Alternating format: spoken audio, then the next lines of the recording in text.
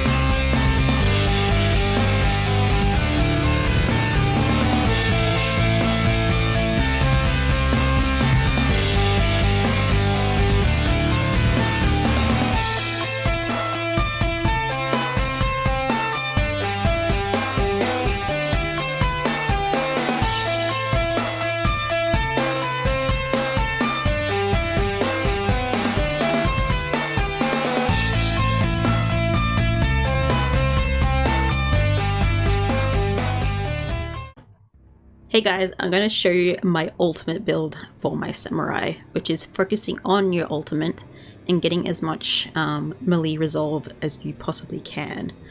I love this build. It's like a fucking tornado just slicing through everything. It's really fun. You just hold down the triangle button and just go fucking spinning everywhere. I love it. So this is what I have for my class. So we've got the Demon Cutter, firstly, legendary, with the melee damage and ultimate damage as high as possible. And I also put it onto Moon Master, so you get those 3 spins, so you're just like a Beyblade ripping through everything. So the half bow for the ranged, it doesn't matter. So for my Samurai Charm, I decided to go with melee damage as high as I could, and ultimate damage as high as I could. And then I went with Blessed Strikes. So when I'm using my class ability, I will be healing at the same time. And I went with Kunai for another additional melee damage as high as possible.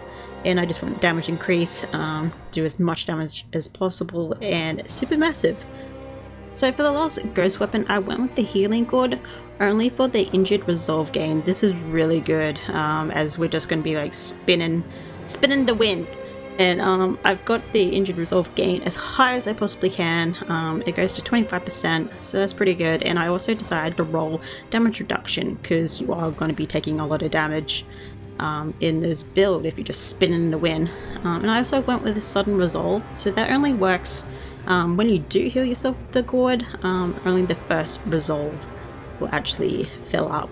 Any of the other ones, the second and third one, doesn't count, which is unfortunate. Alright, so these are my techniques that I used for the samurai. I go with Spirit Pull just so I have more healing, and I'm pretty much always at full health unless I don't have it on. So yeah, and I decided to go with some more melee damage, which is really good, or you could go with your decreased class ability cooldown. So you can keep healing yourself more often, but I find that it's just the damage increase is enough for me.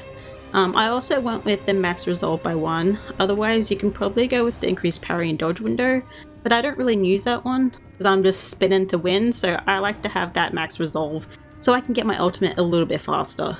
So for the last tree, of course, we want to go with an extra 2 strikes on your ultimate. So we have almost 40% increase in damage with our ultimate. And then that stacks with the melee damage. So pretty much we're killing nearly everything in one shot, except for the purple Onis. So it's really good. So if you do not have the Demon Cutter, the only reason I go for it is staggering a target has a 30% chance to throw nearby enemies, which is really nice. when you're in the middle of 5 Onis and they're just railing on you and you get that chance to stun them and they get pushed away, which is really nice. Gives you a little bit of a breather to start healing. So if you do not have Demon Cutter, I suggest either going with another Moon Katana and rolling the Moon Master, or if you do have the Master's Katana and get the melee damage on that and the ultimate damage. And also switch it to Moon Master. So that's my build, guys. It's really super OP and really fun to play with. Just fucking tornadoes, spinning through everything, spinning to winning. It's so great.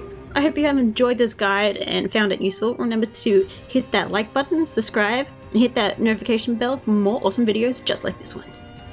Bye!